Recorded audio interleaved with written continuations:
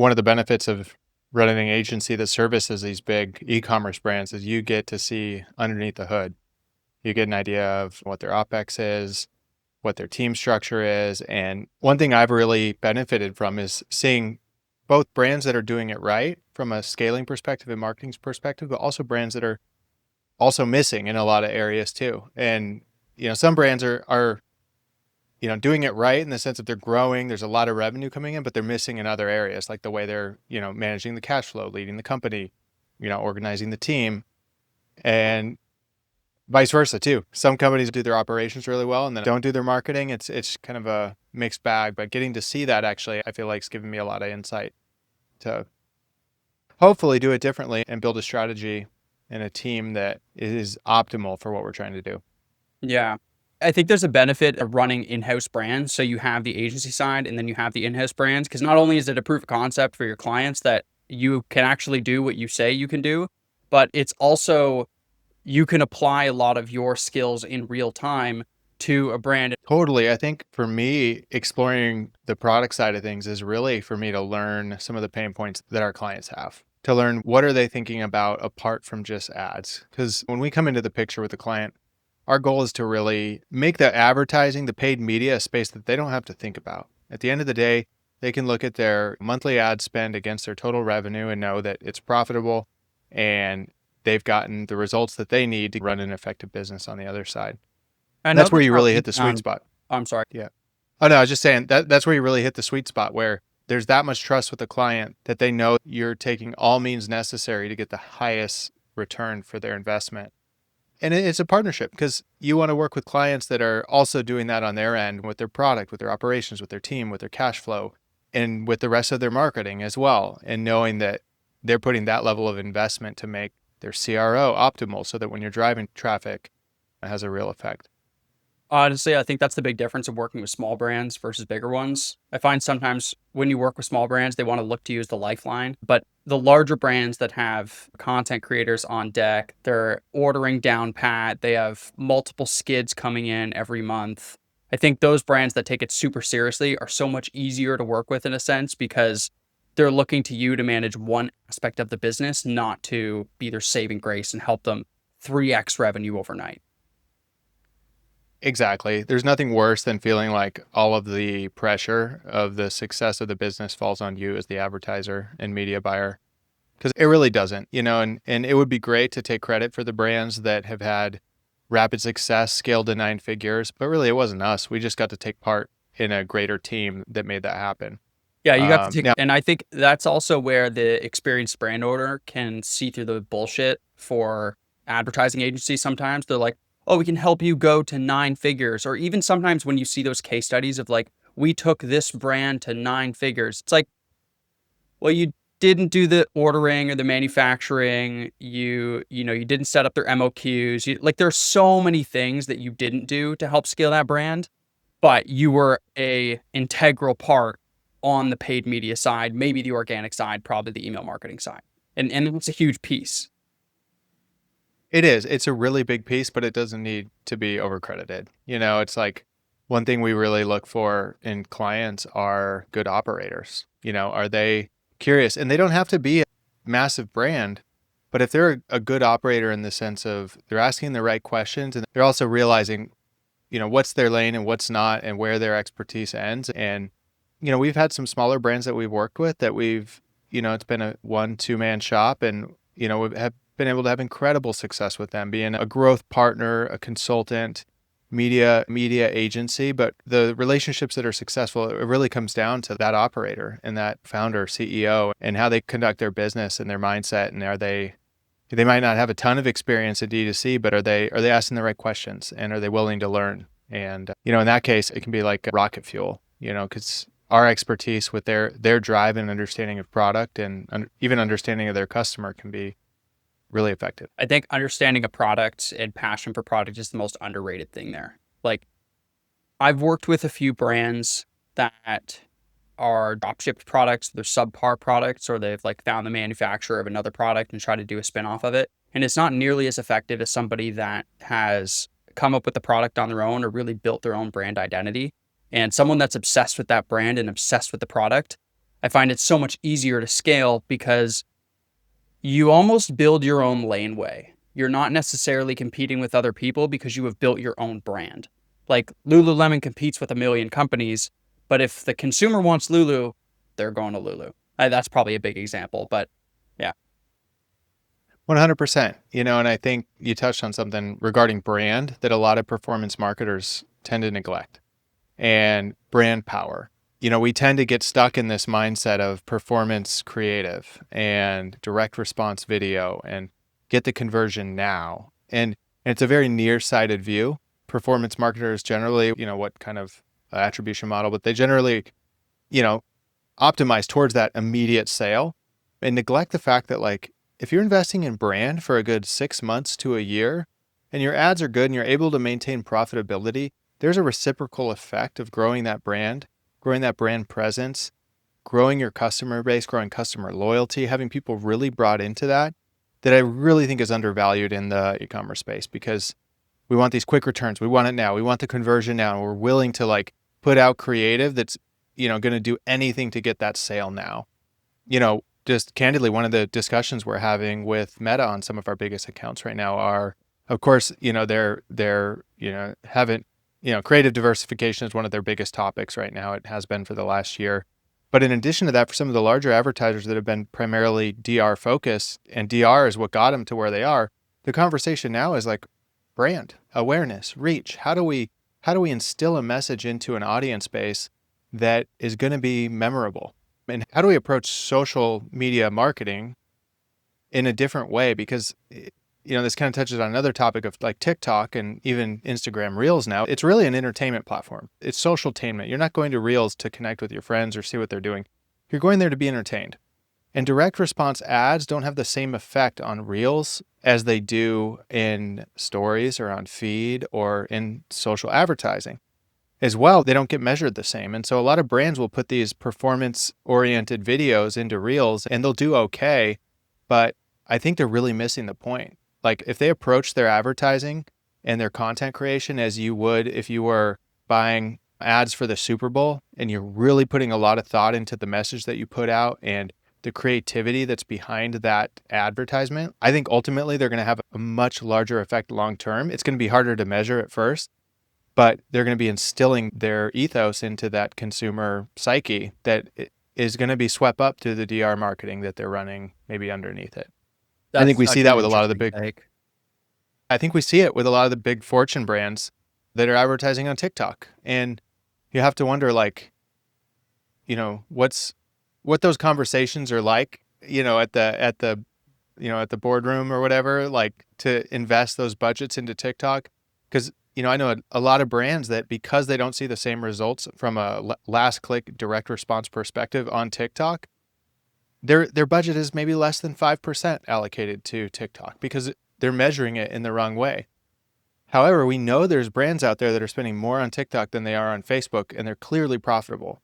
About the Gen Z audience, they're basically a non-click audience. They're going to see something and then look it up on ChatGPT or screenshot it, but they're not necessarily going to click on the ad. If you're a last click advertiser, you're just chasing your tail, basically. If you're ignoring reach and you're only focused on attribution, it's a short-term gain.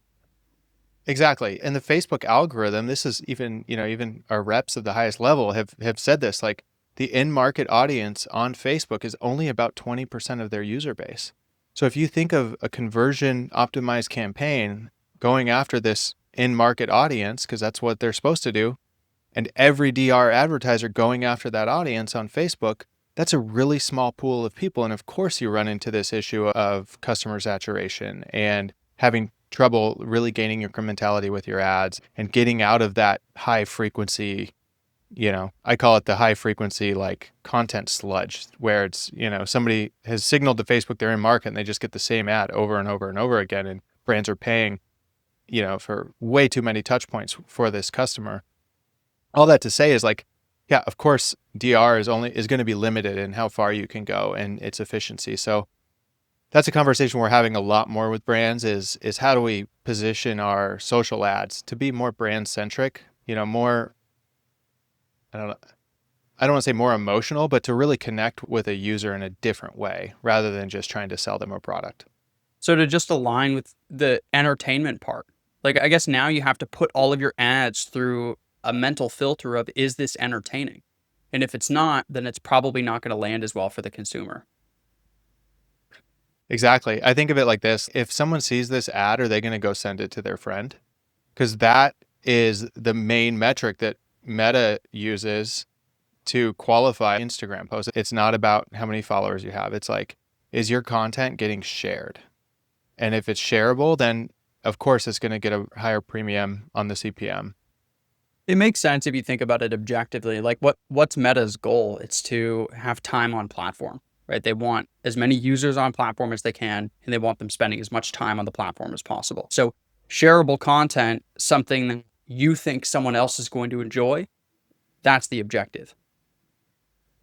Exactly. And that, frankly, requires a lot more creativity and a lot more thought.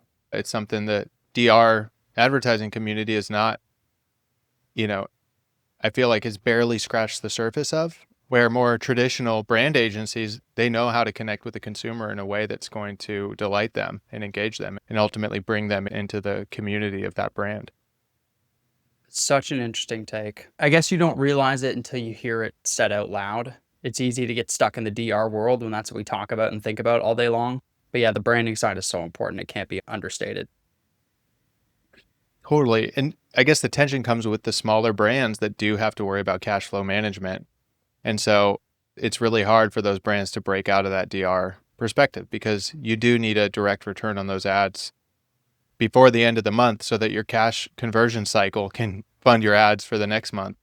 I guess that's the importance of looking at MER and not just ROAS or ROI on your individual ads. Like you need to look at it as a collective, and you probably need to just stretch out the time horizon. Exactly. Stretch out the time horizon, adjust the metrics that you're looking at as a brand owner, and then really plan for the long term. We have this idea because a campaign is so easy to create in Meta, like, oh, I put a campaign up for this, or I put a campaign up for that product, or we launched a campaign. If you think of the word campaign, it derives from a military term. There was sometimes years of planning that went into a military campaign of how they would amass their resources, get the right troops and the right tools and weapons, and really think through this campaign. Before they hit go and the dominoes started to fall, everything was planned out. And it was very rare where you'd get a third of the way done with the campaign and you would pull back unless there's severe defeats or something. Like just the idea of a campaign in general, it's a war term. As brands are preparing their marketing, we're working with a brand that has a go-to-market strategy right now. It's going to be a great pet food product. We're really thinking ahead of like, okay, we need to give them a budget forecast that's at least 1 to 3 years of run rate to build this product. And they need to know, and their investors need to know that this isn't a overnight thing. Like it's great if we can get an overnight success, but we need to be planning on the customer nurture sequence for up to a year sometimes, and what we're going to be spending in January, February, March, and how that's going to be connected to the following November, December, and really thinking about it from a broader perspective. Because campaigns are, I go back to this a lot. It's a military term. So even if we're going to launch a campaign on Facebook, it's not something we're just throwing a dart in the air. There's a lot of thought and there's a lot of budget calculations. And ultimately, you let it run until you know without a doubt either that campaign's going to work or it's not. And making that decision is a whole nother process. But yeah, sometimes I feel like the word campaign gets thrown around too loosely because it's so easy these days to just throw an ad up for a product and hope it sells. Yeah, and I think that's the user's perception as well, because I think that's what Meta has made it feel like, because it's just easier to get people on the platform. It's easier to get people using it. But that's a tough mental shift for brands to go through, to think, okay, I'm not even looking at my return on the monthly basis. I'm looking at how my January spend affects my December revenue. But that commitment to branding, it's a mental shift. It takes a lot of time to even just convince the brand owner that building the brand is going to have a direct impact on your conversion campaigns, but it's not going to happen inside of a 30-day window. Exactly. And there's so many other elements that go into it as well. Owned channels versus earned media, like email, SMS, SEO, AI, like all of these factors work together and ultimately a system that's going to create a ATM machine of sorts at some point. Yeah. But to get to that place, you really have to focus on brand and building an ethos and an idea around something. I guess the other tough shift is it's a lot more effort.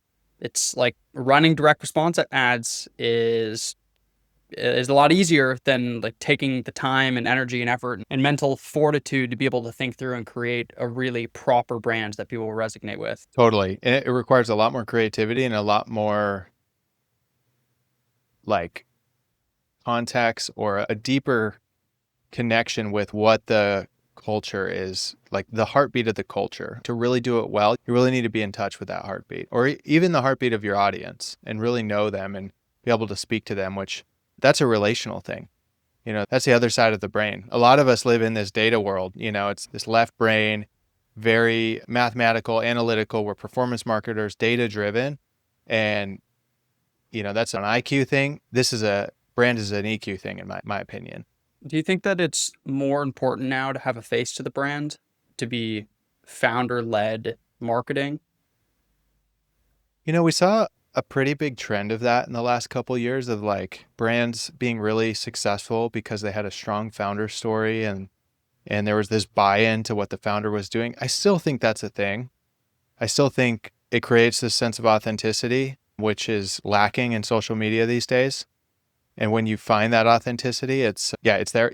Something interesting is happening right now. Santa Cruz, I think it's Santa Cruz. What is it? It's basically I think it's a CBD company from Santa Cruz.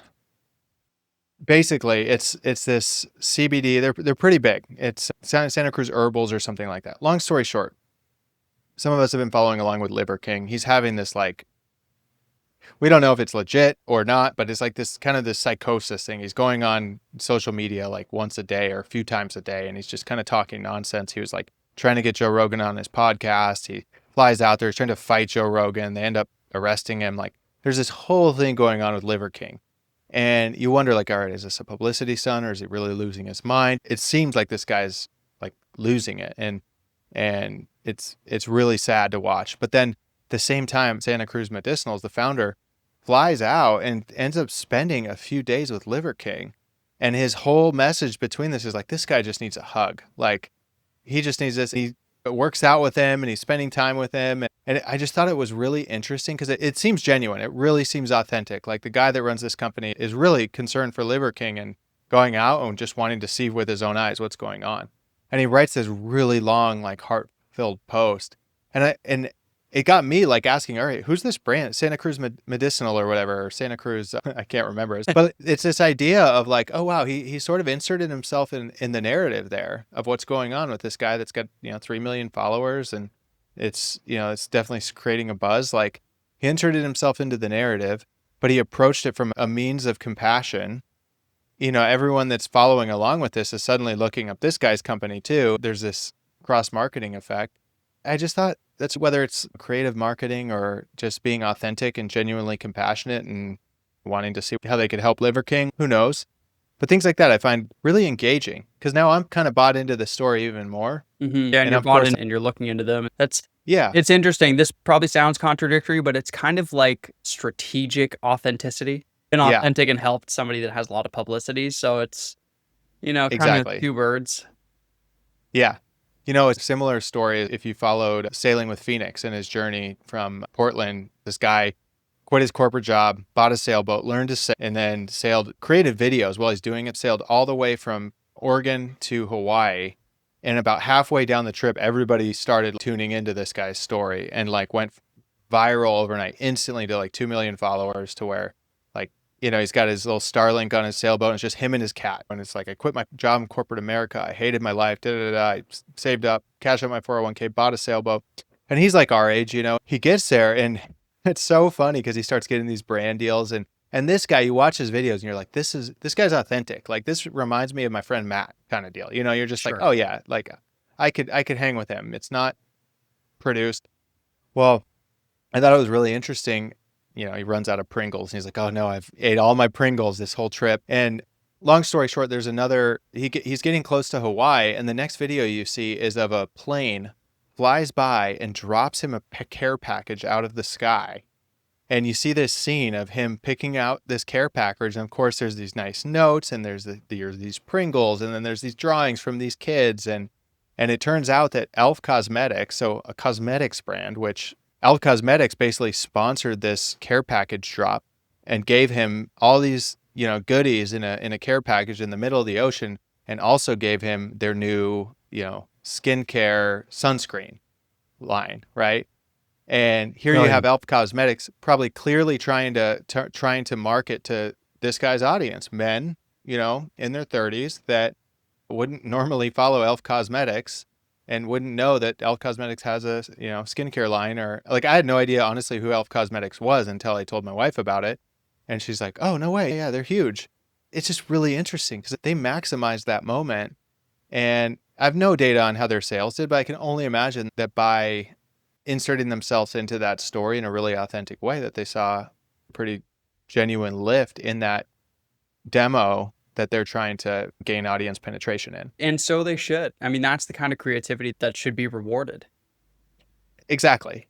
That's so And smart. Don't you wish you thought of that? When I hear that, I'm like, oh, brilliant. I wish that I was there. we were at the Meta Summit, and the Sydney Sweeney Dr. Squatch Sydney Sweeney bathwater soap.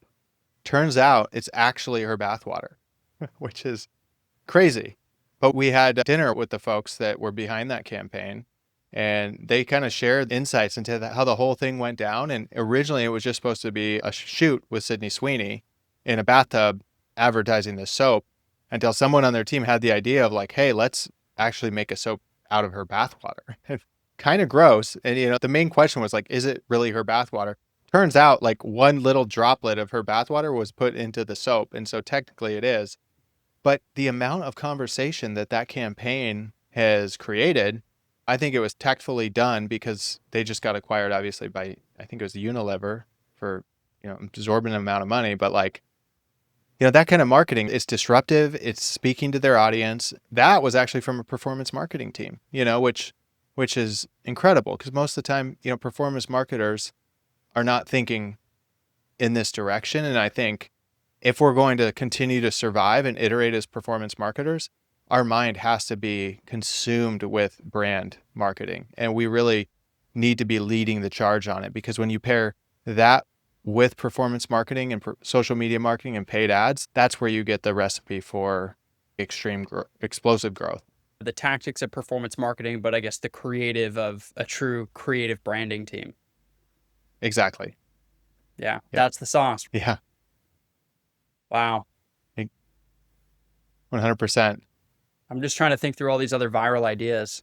There will be something. We need to find a way to get CE Digital into one of these, do a drop of like a Meta ad budget. Here's a Meta gift card when you're in the middle of the ocean. Here's run your ads on us. Yeah, exactly. Yeah.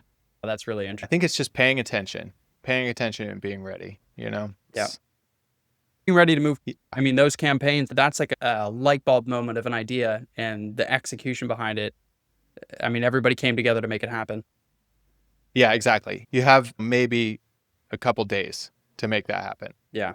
And I think that's a big part I see with these companies too, as they grow. It's like, how do you continue to stay nimble and in some ways act like a startup and have the creativity of a startup, yet still have the systems and processes of a larger company? So I think that does it for today. Cool. Thank you, everybody, for Cool. listening, and we'll catch up next week.